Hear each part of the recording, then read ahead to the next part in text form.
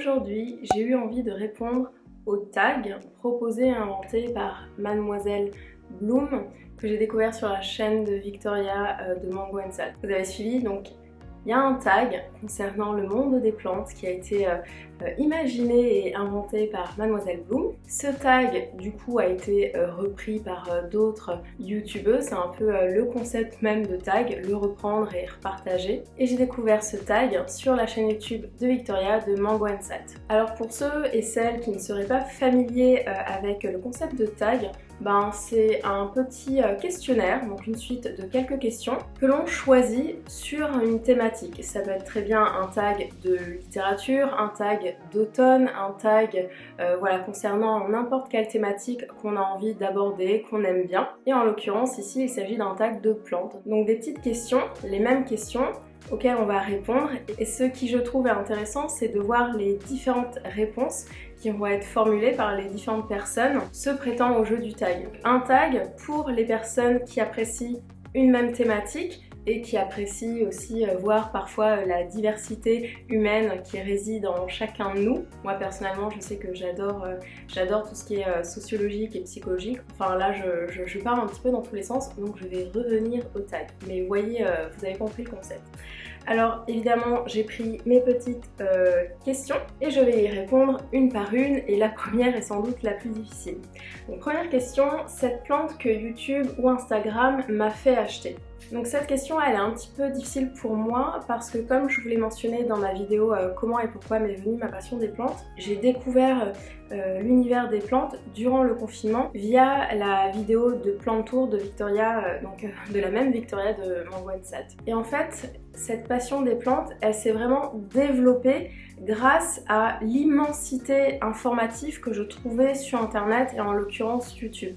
J'ai vraiment énormément appris sur les plantes, le soin à leur apporter, le type de terreau, de peau, etc. Beaucoup plus sur YouTube que sur les différents livres que j'ai pu acheter. Je crois que j'en ai 5 en ma possession. Et comme je vous l'ai mentionné dans la même vidéo, pour me passionner d'un sujet, j'apprécie vraiment pouvoir aller en profondeur dans le dit sujet. Et c'est via YouTube que j'ai pu apprendre énormément sur un sujet. Donc, pour répondre à la question, YouTube m'a permis d'affiner et d'étoffer ma passion sur cette thématique-là, donc sur la thématique des plantes. Mais en l'occurrence, ce n'est pas parce que j'ai vu une plante sur Instagram ou sur YouTube et que je l'ai vue de manière redondante que j'ai eu envie d'acheter une certaine plante. Je sais pas si ce que je dis est très clair, mais je pense que vous avez compris l'idée. Donc concernant une plante en particulier, c'est pas parce qu'une plante a été à la mode ou est à la mode que j'ai envie de l'acheter. Je fonctionne vraiment par coup de cœur, donc ça peut être la texture des feuilles, ça peut être la couleur, ça peut être la forme, ça peut vraiment être beaucoup de choses, mais ça va certainement pas être si une certaine plante à la côte ou je la vois régulièrement sur mon feed Instagram ou mes chaînes YouTube auxquelles je suis abonnée. D'une manière générale, je pense ne pas me tromper lorsque je dis que je suis peu influençable. Que ce soit dans les plantes ou dans d'autres domaines de la vie, c'est pas parce que quelque chose est à la mode ou qu'on me dit que c'est bien ou que c'est fantastique que j'ai envie de le faire, de l'acheter, de le vivre, de le consommer ou autre. Et encore une fois, même si cette chose est très tendance. Alors bien évidemment, ça peut tout à fait arriver que je vais regarder, acheter, consommer, aimer quelque chose qui a la cote en ce moment, mais je pense pas vraiment que ça soit lié au fait que cette chose-là est très cotée. Wouh, ma réponse a été bien trop longue. Je vais essayer de ne pas faire aussi long pour les prochaines. Donc, deuxième question, cette plante commune que j'adore. Alors je pense que je vais répondre le pothos argenté. Donc en l'occurrence, moi j'ai la variété Silvery Anne. Anne, je sais pas comment on prononce. Donc il existe plusieurs types de pothos argentés, je pense que je mettrai une image ici. Et le Silvery Anne, c'est celui dont la proportion des reflets argentés occupe la plus grande partie de la feuille. Les autres, c'est des taches argentées qui sont un peu plus petites et où il y a un peu plus de vert. Donc le pothos argenté, c'est une variété qui est assez commune. Après, je sais que Silvery Anne parmi les pothos argentés, c'est pas la plus commune. Mais bon, on en trouve quand même assez facilement. Troisième question, cette plante que tout le monde aime sauf moi. Donc je pense que je vais répondre l'oxalis. Pareil, je vous mettrai des petites photos ici. Je sais qu'elle fait fureur parmi beaucoup de passionnés de plantes. Et d'ailleurs, il existe plusieurs variétés avec plusieurs subtilités en termes de forme, de couleur et les fleurs qu'elle fait. Personnellement, malgré la pluralité des variétés, j'accroche avec aucune. Je pense que ce qui me pose plus problème, c'est que les tiges en fait sont très fines. Elles ont l'air, je dis pas qu'elles le sont, mais elles ont l'air fragiles et la plante ne se tient pas très bien en fait. Et personnellement, ce que j'adore chez les plantes, c'est lorsque les feuilles sont très épaisses, les tiges très fortes, etc. Donc si vous aimez les oxalis, que vous en avez une ou plusieurs et que vous les adorez, ben c'est très bien, hein. Vive la diversité en termes de goût, c'est ce qui fait, je trouve, que les humains sont fascinants et qu'on peut beaucoup s'enrichir les uns les autres. S'il vous plaît, ne soyez pas du tout vexés par ce que je viens de dire. Quatrième question, cette plante que j'ai regretté acheter, perdre, donner. Alors en l'occurrence, c'est une plante que j'ai perdue, qui est morte. C'est mon je sais pas le prononcer, Dieffenbachia, quelque chose comme ça.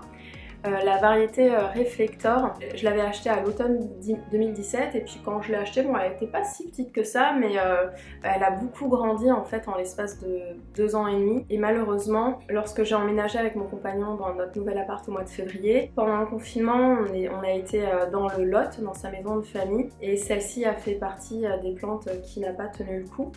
Plus de la moitié de mes plantes ont survécu à 7 mois de confinement, ce que je trouve juste extraordinaire.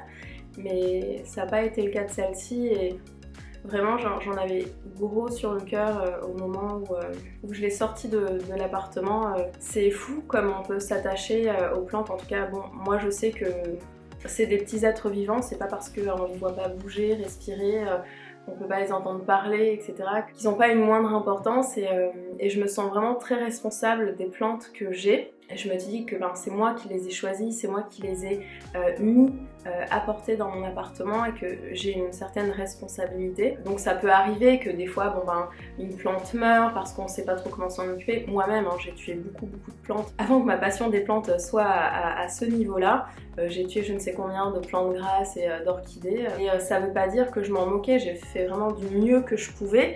Et c'est en faisant du mieux que je pouvais, j'ai quand même pas réussi. Parce que là, j'ai eu l'impression de l'abandonner. Alors je sais que certains me diront Eulalie, c'est qu'une plante, c'est pas grave, etc. Oui, je sais, mais bon, moi ça m'a fait un petit quelque chose quand même. Cinquième question, cette plante qui fait ma fierté. Alors, ça c'est très facile. C'est ce philodendron gloriosum. D'ailleurs, je vous avais fait son unboxing dans une vidéo. Celui-ci, je l'ai eu encore plus petit et il reste encore à une forme assez juvénile. Donc c'est plus un bébé, mais c'est pas un adulte. Là, peut-être que pour beaucoup d'entre vous, pour certains, peu importe, vous n'allez pas le trouver si extraordinaire que ça, peut-être un peu commun, etc. Mais dans la vidéo de l'unboxing, je vous avais mis à quoi il était censé ressembler en version adulte. Et voilà. Je vous dis simplement rendez-vous d'ici environ 6 mois. Peut-être que votre avis, si là vous le trouvez pas extraordinaire que ça, peut-être que votre avis aura changé entre temps. Et si dans 6 mois vous le trouvez toujours pas si extraordinaire que ça, c'est un peu la même histoire que pour les oxalis. C'est pas grave du tout, on a tous des goûts différents et c'est génial comme ça. Sixième question, cette plante que j'ai en plusieurs exemplaires. Alors je n'ai pas de plante en plusieurs exemplaires. Voilà, je sais pas quoi dire d'autre, je n'ai pas de plante en plusieurs exemplaires. Donc, septième question, cette plante qui me fait des misères. Alors, c'est Madame Monstera Thai Constellation. Je l'ai achetée le 16 juin, j'ai vérifié la date dans mon téléphone parce que j'avais pris une photo le jour où je l'ai eue. Et donc en un peu plus de 3 mois, elle m'a sorti une seule feuille et la deuxième est en cours.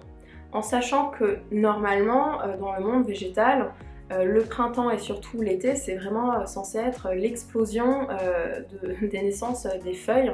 Il y en a quand même un certain nombre qui sont censés sortir, apparaître, grandir et tout ça. Et que d'après ce que j'ai cru comprendre, normalement les monstera, c'est censé être une plante qui est assez prospère. Alors là, c'est une variété qui est très spécifique, la Thai Constellation, qui est différente de celle qui est un peu plus commune, la Deliciosa. Mais normalement, elle est quand même censée, même si elle est un peu plus lente de par ses varigations, elle est censée croître à un rythme, je crois, qui est un peu plus supérieur au rythme de Mademoiselle. Et à contrario, j'ai une autre plante qui est censée être fragile, lente à pousser et où chaque naissance de feuille fait mourir une autre feuille. C'est-à-dire que la plante ne va pas grandir comme pour d'autres plantes. Une feuille vient et puis une autre et puis une autre. Pour chaque feuille née, normalement, d'après mes recherches, une autre feuille doit mourir.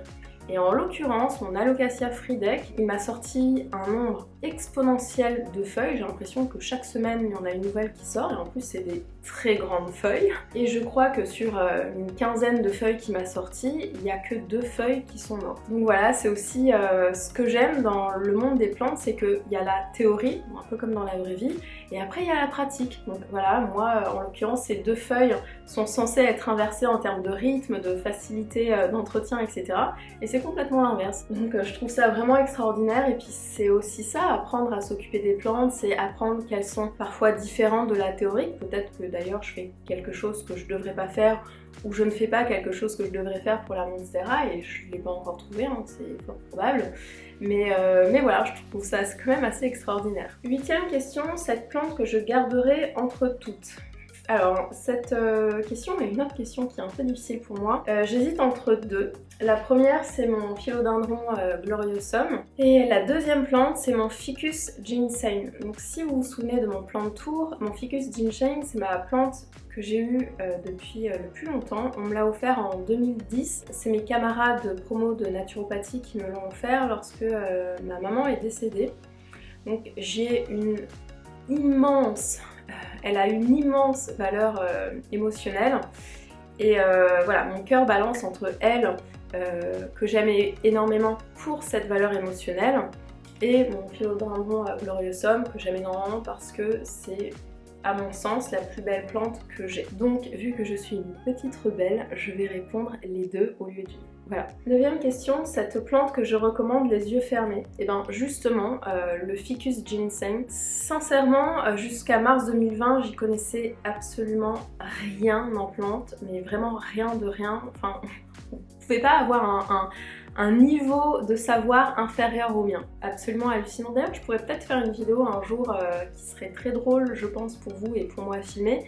C'est en gros toutes les erreurs que j'ai fait, ou plutôt les choses que j'ignorais et que je pense 90% des gens sur cette planète Terre savent au sujet des plantes. Donc, ou peut-être pas 90, mais vous voyez, des choses qui sont quand même assez courantes et ben, que moi j'ignorais complètement. Donc si il y a une plante qui a pu survivre 9 ans avec moi sans savoir ce que je faisais et comment je le faisais, etc., franchement je pense qu'elle peut survivre avec n'importe qui, ou presque. Après j'ai pas envie de vous culpabiliser si jamais vous en achetez une parce que vous débutez et que vous avez peur de faire mourir une plante et que finalement vous faites mourir votre Ficus ginseng.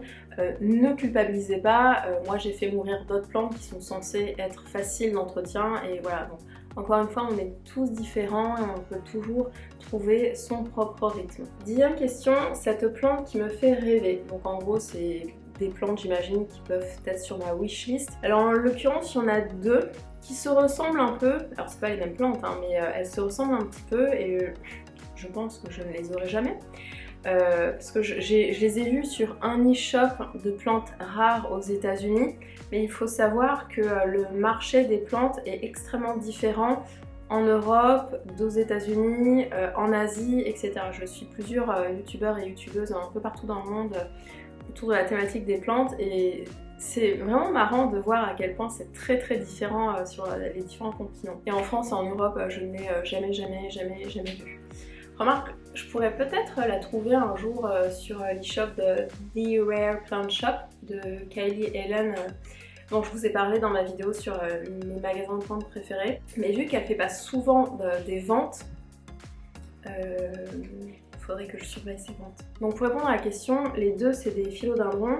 Philodendron White Wizard ou Philodendron White Knight. Elles se ressemblent, d'ailleurs elles peuvent également évoquer, pour celles qui connaissent, ce Philodendron White Princess, mais je trouve que le White Wizard et le White Knight ont un peu plus de caractère. Voilà, j'ai fini de répondre aux questions. J'espère que cette vidéo vous aura fait sourire, vous aura fait du bien, vous aura peut-être fait découvrir des plantes. Je vous dis à bientôt, prenez bien soin de vous.